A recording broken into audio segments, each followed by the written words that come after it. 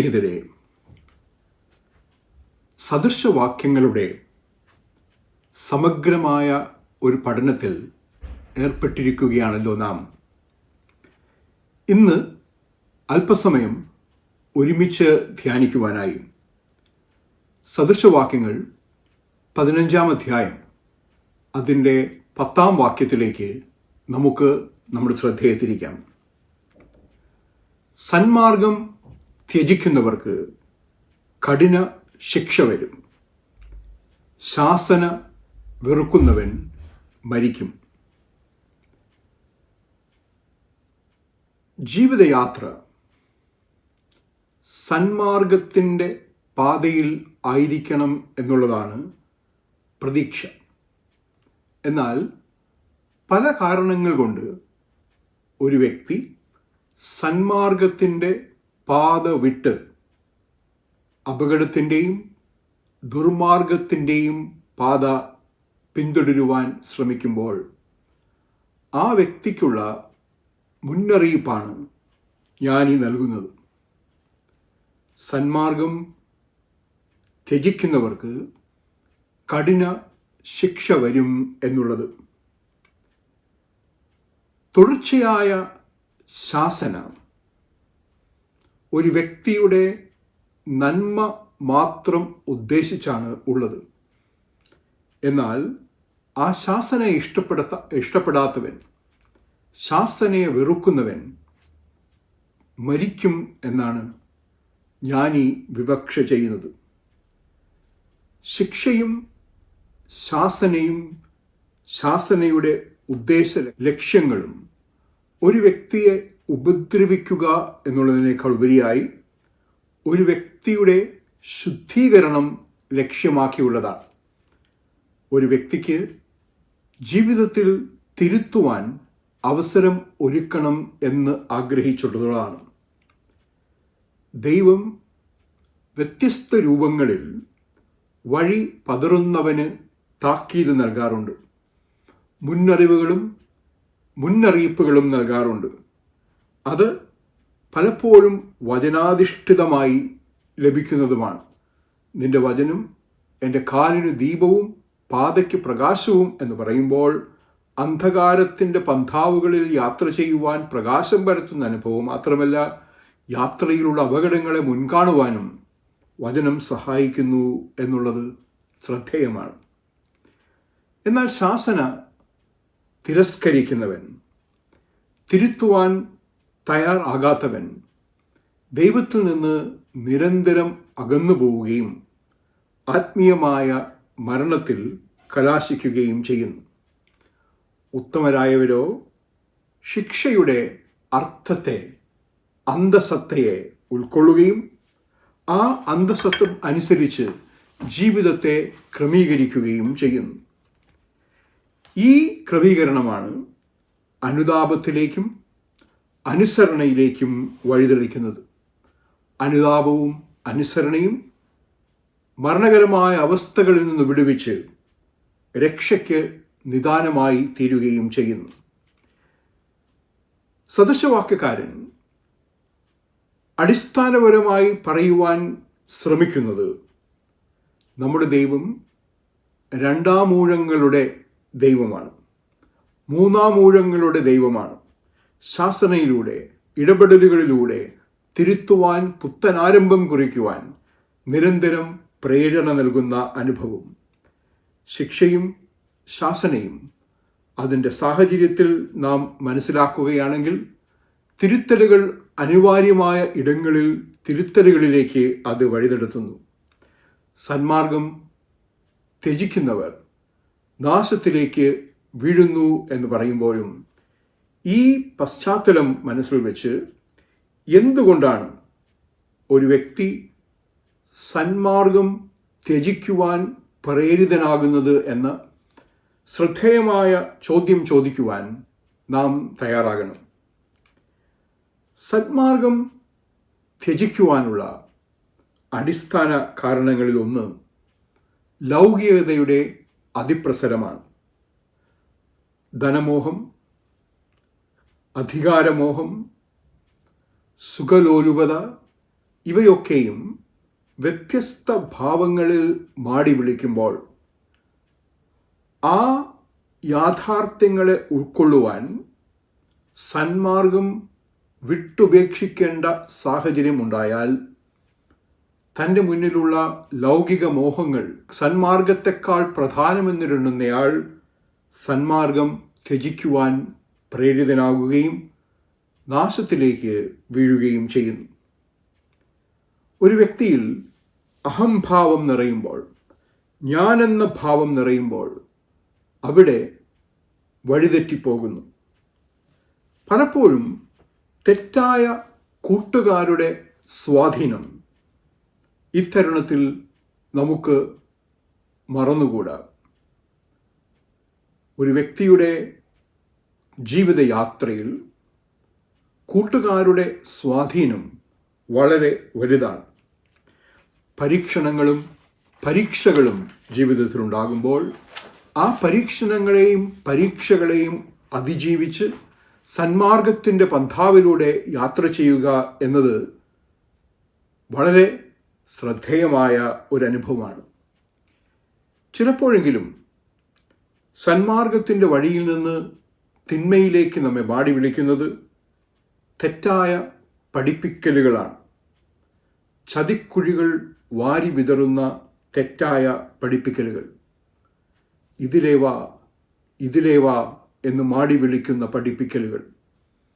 ഞങ്ങൾ നിങ്ങളോടറിയിച്ച സുവിശേഷം എന്നെ ദൈവത്തിൻ്റെ ദൂതനായാലും മറ്റൊരാൾ മറ്റൊരു സുവിശേഷം നിങ്ങളോട് പ്രഘോഷിക്കുവാൻ ശ്രമിച്ചാൽ അയാൾ നാശയോഗ്യൻ എന്ന് ഗലാത്യ ലേഖനത്തിൽ പൗലോസ് അപ്പോസ്തലൻ പറയുന്നത് ഇവിടെ ഓർക്കേണ്ടതുണ്ട്.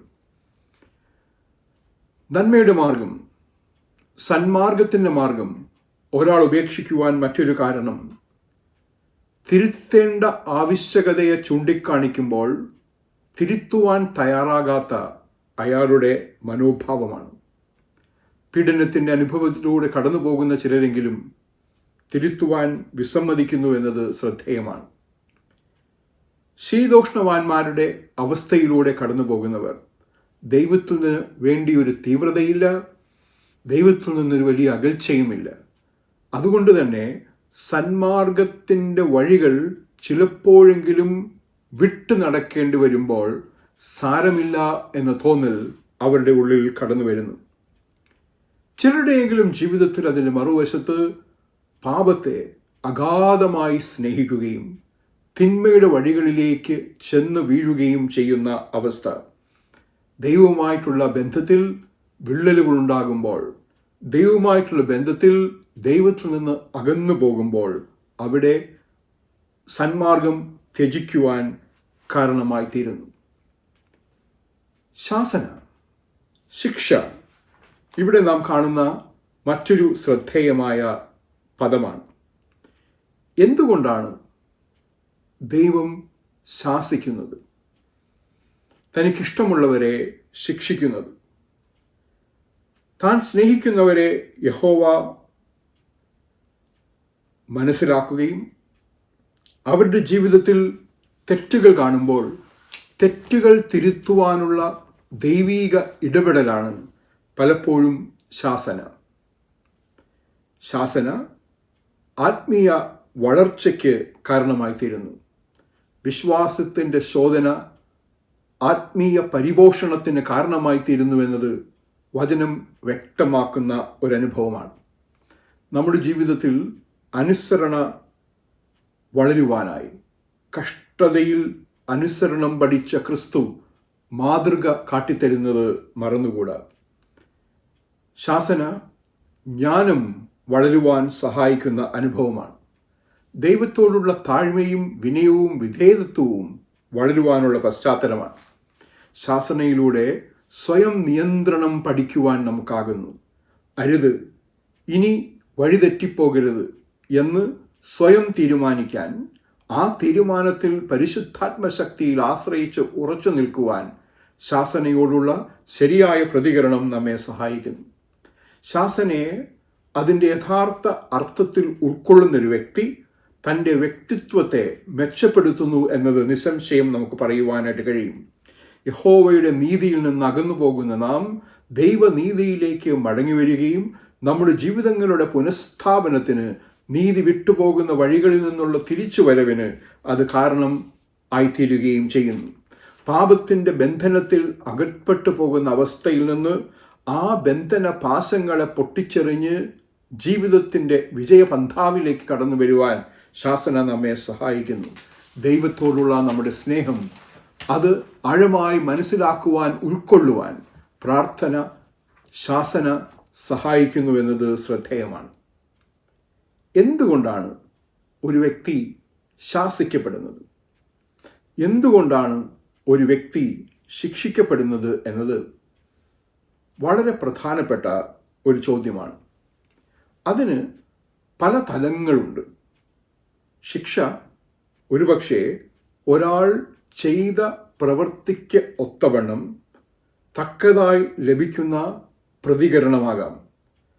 ന്യായം നടക്കുന്നുവെന്നുറപ്പാക്കുവാൻ, നീതി നടക്കുന്നുവെന്നുറപ്പാക്കുവാൻ, സമൂഹത്തിൽ ക്രമമുണ്ട് എന്നുറപ്പാക്കുവാൻ തെറ്റു ചെയ്ത ഒരാൾ ശിക്ഷിക്കപ്പെടണം എന്നുള്ളത് ന്യായവാദം തന്നെയാണ്.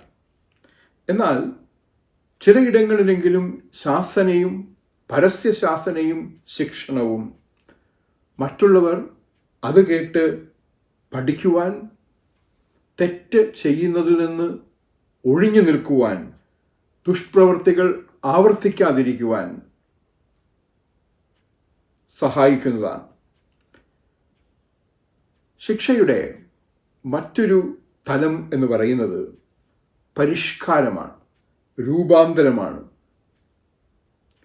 പലപ്പോഴും തടവറകൾ, ശിക്ഷയുടെ ഇടങ്ങൾ, തിരുത്തൽ കേന്ദ്രങ്ങൾ എന്ന് വിളിക്കപ്പെടുന്നത് അതുകൊണ്ട് തന്നെയാണ്.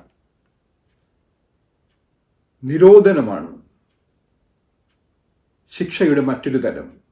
അപകടകരമായൊരു വ്യക്തി സമൂഹത്തിൽ സാധാരണക്കാരനെ പോലെ ഇടപെടുന്നത് അപകടകരമെന്ന് തിരിച്ചറിഞ്ഞ് ആ ഇടപെടലിനെ ഒഴിവാക്കുവാനും നിരോധിക്കുവാനും അവനെ സമൂഹത്തിൽ നിന്ന് മാറ്റി നിർത്തുന്ന ഒരു അനുഭവമാകാം ശിക്ഷയുടെ തലം.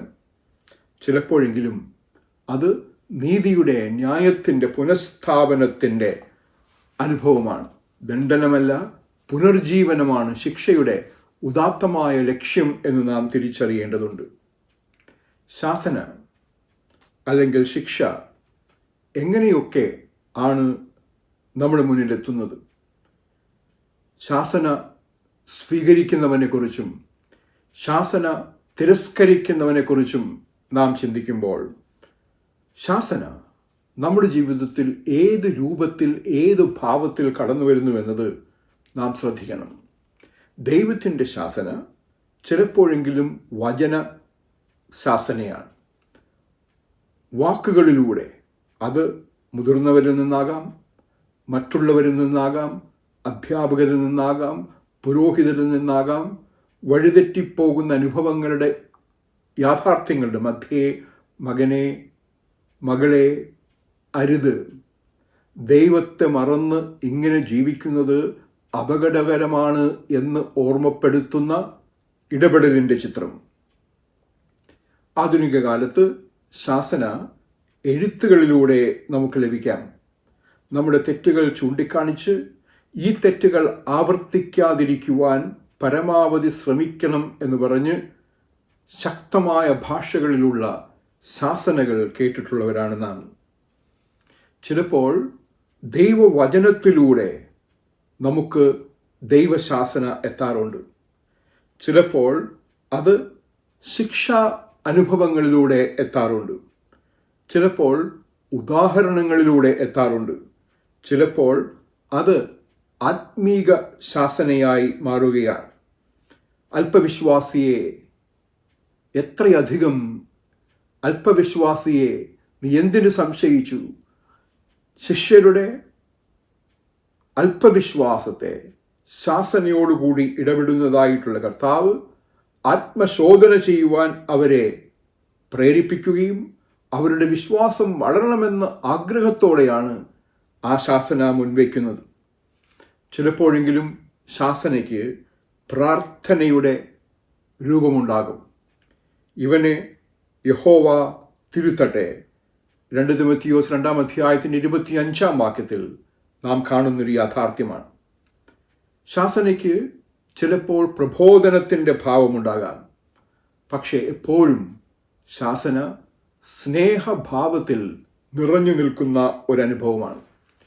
ശാസനയ്ക്ക് ചിലപ്പോഴെങ്കിലും ഒരു സാമൂഹിക തലം ഉണ്ട് എന്നും നാം മറന്നുപോകാതിരിക്കുന്നത് ഉചിതമായിരിക്കും. ശാസന വെറുക്കുന്നയാൾ നശിച്ചു പോകും എന്ന് പറയുമ്പോൾ എന്തുകൊണ്ടാണ് ഒരു വ്യക്തി ശാസനയെ വെറുക്കേണ്ടി വരുന്നത് എന്നും പ്രായോഗികമായി നാം ചിന്തിക്കുന്നത് നല്ലതായിരിക്കും. ഞാൻ എന്നെ ശാസിക്കുന്ന അനുഭവത്തെ ഇഷ്ടപ്പെടുന്നില്ല എങ്കിൽ, ആ ശാസനയെ ത്യജിക്കുന്നുവെങ്കിൽ, ഏതു കാര്യത്തിൽ ഞാൻ ശാസിക്കപ്പെടുന്നുവോ ആ കാര്യത്തിൽ നിന്ന് തിരുത്തുവാൻ നാം വിസമ്മതിക്കുന്നുവെങ്കിൽ, ഞാൻ ആ തെറ്റിൽ തന്നെ തുടർന്ന് ജീവിക്കുന്നുവെങ്കിൽ, ഒരു ശരിയായ ആത്മപരിശോധന എൻ്റെ ജീവിതത്തിൽ അനിവാര്യമായി മാറുകയാണ്. പലപ്പോഴും ശാസന സ്വീകരിക്കാനായി നമുക്ക് തടസ്സമായി നിൽക്കുന്നത് നമ്മുടെ അഭിമാനമാണ്. തെറ്റ് പറ്റിപ്പോയി എന്ന് സമ്മതിക്കുവാനുള്ള ഒരു അവർണ്ണനീയമായ വിസമ്മതമാണ്, മടിയാണ് അവിടെ നാം കാണുന്നത്. ചിലരുടെയെങ്കിലും ജീവിതത്തിൽ ശാസനയെ വെറുക്കുന്നത് അഹങ്കാരം കൊണ്ടാണ്. എന്നെ തിരുത്തുവാൻ അവനാര്? എന്നെ തിരുത്തുവാൻ നീ ആര്? ശരിയേത് എന്നെനിക്കറിയാം, അതിൻ പ്രകാരം ഞാൻ എൻ്റെ ജീവിതത്തെ ക്രമീകരിച്ചു കൊള്ളാം എന്ന് പറയുന്ന അവസ്ഥ.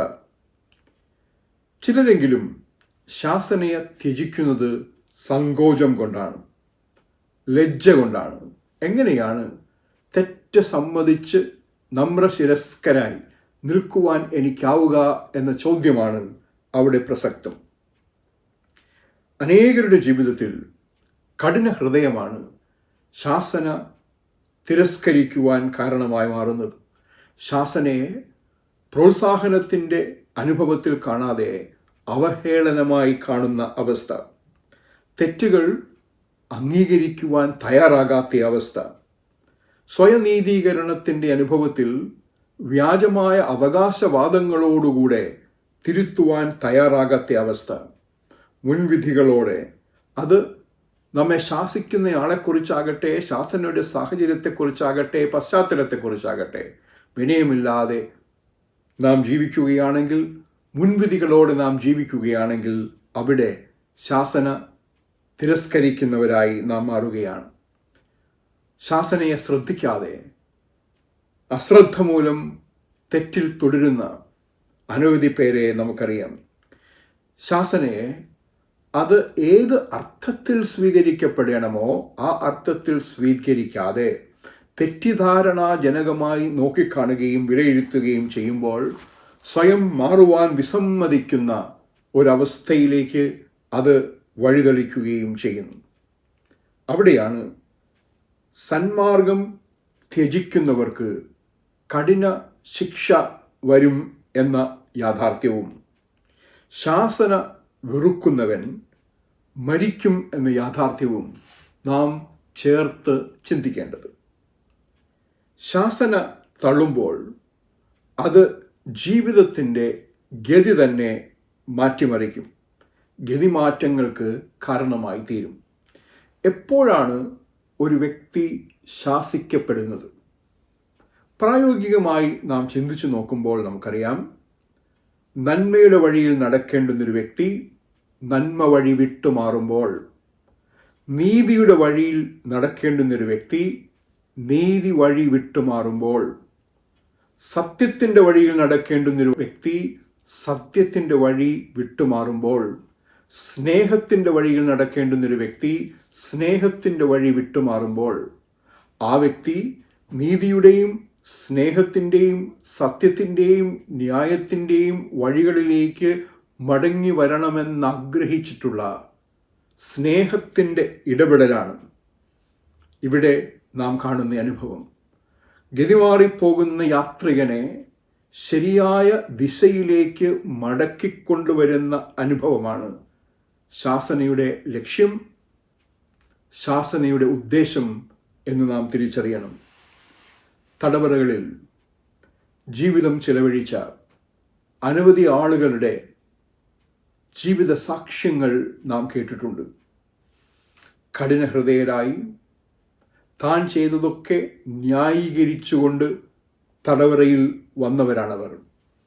എന്നാൽ പാപിയായ മനുഷ്യൻ ദൂരത്ത് മാറി നിന്നുകൊണ്ട് കർത്താവേ, പാപിയായ എന്നോട് ക്ഷമിക്കണമേ എന്ന് പ്രാർത്ഥിച്ചതുപോലെ കണ്ണുനീരോടെ ചെറിയ ചെറിയ തെറ്റുകൾ ചെയ്ത് തടവറയിലെത്തിയവർ ആ തെറ്റുകൾ ഏറ്റുപറഞ്ഞ് നീതിമാനായ ദൈവത്തിന് പാപക്ഷമയ്ക്കായി സ്തോത്രം പറഞ്ഞ് കർത്താവേ, പാപിയായ എന്നോട് കരുണയുണ്ടാകണമേ എന്ന് നിലവിളിക്കുന്നത് കാണുമ്പോൾ കഠിനഹൃദയരുടെ മനമിളകുന്നത്, ദൈവതിരുസന്നിധിയിൽ അനുദപിക്കുന്നത്, ശാസനയുടെ അനുഭവം രൂപാന്തരത്തിൻ്റെ അനുഭവമായി മാറുന്നത്, ജീവിതം ഒന്നേ ഉള്ളൂ മകനെ മകളെ, കഴിഞ്ഞത് കഴിഞ്ഞു, കഴിഞ്ഞതിനെ മാറ്റുവാൻ നമുക്കാവില്ല. പക്ഷേ കഴിഞ്ഞ കാലത്ത് എന്ത് സംഭവിച്ചാലും അതിനെ ക്ഷമിക്കുവാൻ കഴിയുന്ന ദൈവ തിരുസന്നിധിയിലേക്ക് കടന്നു വന്ന് ജീവിതത്തിൻ്റെ ശിഷ്ടഭാഗം നാം ഏതു ദിശയിൽ നടക്കണമോ, ഏത് ഗതിയിൽ നടക്കണമോ എന്ന് ജീവിക്കുന്ന ദൈവം തീരുമാനിക്കുന്നുവോ ആ ഗതിയിലൂടെ നടക്കുവാൻ, സഞ്ചരിക്കുവാൻ നമ്മെ പ്രേരിപ്പിക്കുന്ന ദൈവിക ഇടപെടലിൻ്റെ അനുഭവമാണ്.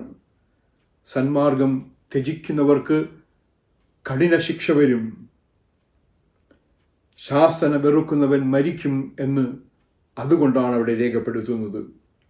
പാപത്തിൻ്റെ ബന്ധനത്തിൽ ആയിക്കഴിഞ്ഞാൽ, ശാസന കൊണ്ട് പാപത്തിൻ്റെ വഴികൾ വിട്ടൊഴിയാൻ നാം തയ്യാറായില്ല എങ്കിൽ, നീതിമാർഗങ്ങൾ തുടർന്നും ഉപേക്ഷിച്ച് തിന്മയുടെ വഴികളിൽ നാം നടക്കുകയാണെങ്കിൽ, ആത്യന്തികമായി അത് നിത്യമായ നാശത്തിലേക്ക്, നിത്യമായ മരണത്തിലേക്ക് വഴിതെളിക്കും എന്നുള്ള വലിയൊരു സൂചന കൂടെ ഇവിടെ സദൃശവാക്യക്കാരൻ നൽകുകയാണ്.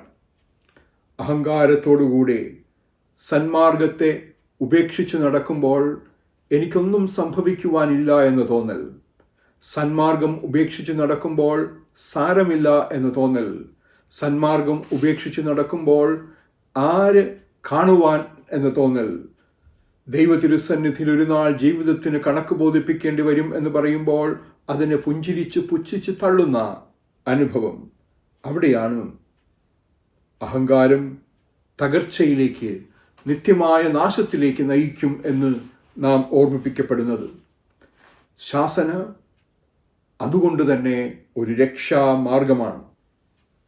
ശാസന ത്യജിക്കുന്നവർ ആത്മീയ മരണത്തിലേക്ക് സ്വയം നടന്നു ചെല്ലുന്നുവെന്ന് നാം ഓർക്കണം.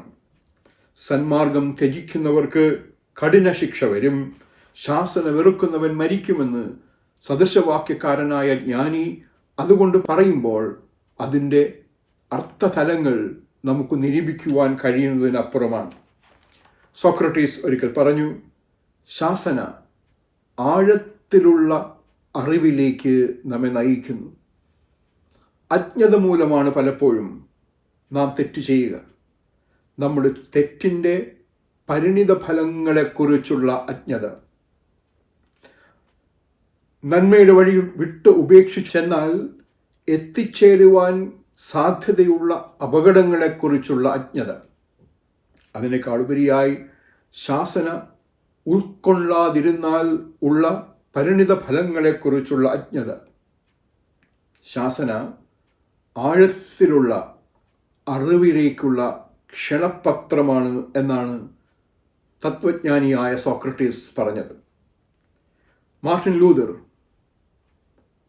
ഒരിക്കൽ ശ്രദ്ധേയമായി ഇങ്ങനെ പറഞ്ഞു, ദൈവം ശാസിക്കുമ്പോൾ അതിന് പിന്നിലുള്ള പ്രേരക ശക്തി സ്നേഹം മാത്രമാണ്. അതിന് പിന്നിലുള്ള ദൈവോദ്ദേശം നമ്മുടെ രൂപാന്തരം മാത്രമാണ്.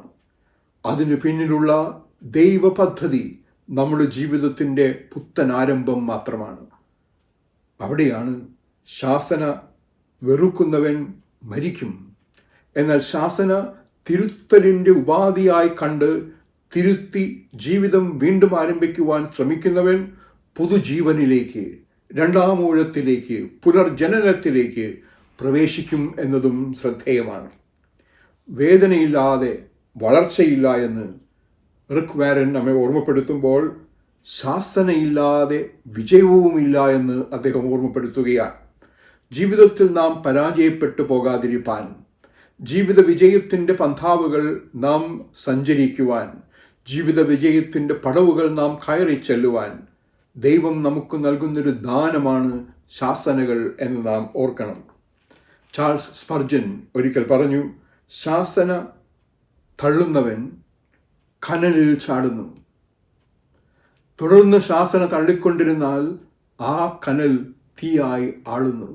നിത്യമായ നാശത്തിലേക്ക് അത് നമ്മെ വഴിവെക്കുകയും ചെയ്യുന്നു. സ്നേഹിതരെ, സദൃശവാക്യങ്ങൾ 15-ാം അധ്യായം അതിൻ്റെ 10-ാം വാക്യം.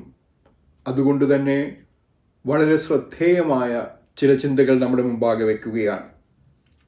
സന്മാർഗം വിട്ടു ജീവിക്കുന്ന ഒരുപാട് പേരിൽ ഒരാൾ നീയാണോ?